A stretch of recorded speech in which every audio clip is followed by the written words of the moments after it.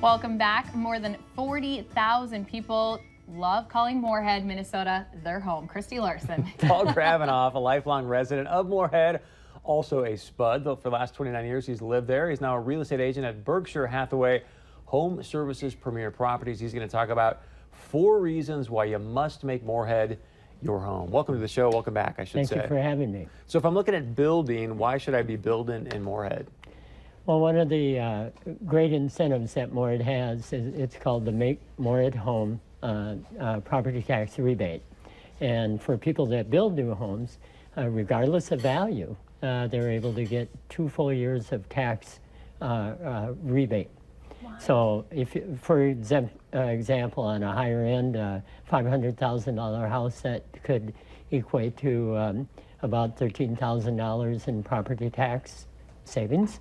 And then also a $300,000 house could be over $7,000 in savings. So wow. One of the incentives. And then another little perk, they call it the Welcome Home Pass, is that family gets a 4-year pass at the golf course, be it the Meadows or Village Green, and then also the swimming pool and other parks activities.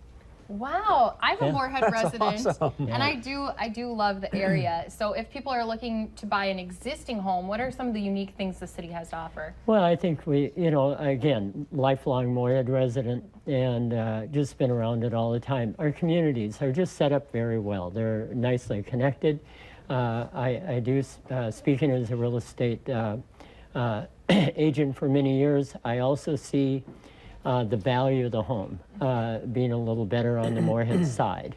That's a supply-demand type thing, but if you look at homes of comparable size and quality, that type thing, Fargo versus Moorhead, you'll find in many, many cases 5 to 10% less investment up front. One of the big talking points if you live in Fargo is, oh my gosh, so I need flood insurance. Right. So if I live in Moorhead, am I worried about flood insurance or no?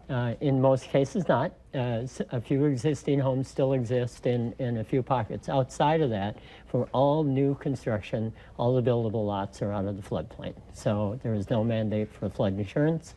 And the majority of Moorhead, a big majority, they've done over 500 buyouts and taken care of that in the levee system. So the existing homes are out of the floodplain. So if you can put that in perspective, because I've heard some people say it's going to be a lot of money for flood insurance annually in Fargo, correct? Yes. Wow. So you're saving a lot of money by possibly living in Moorhead? I'm sorry, I misunderstood your question. Depending on the case, and what I mean by that, yes, income tax is definitely less on the North Dakota side, granted. But again, if you look at the value, the savings on the initial investment, I think there is no free lunch. We pay higher taxes, higher revenue to the state, and for that, in return, I think we have some of the highest priorities for the school districts, the systems.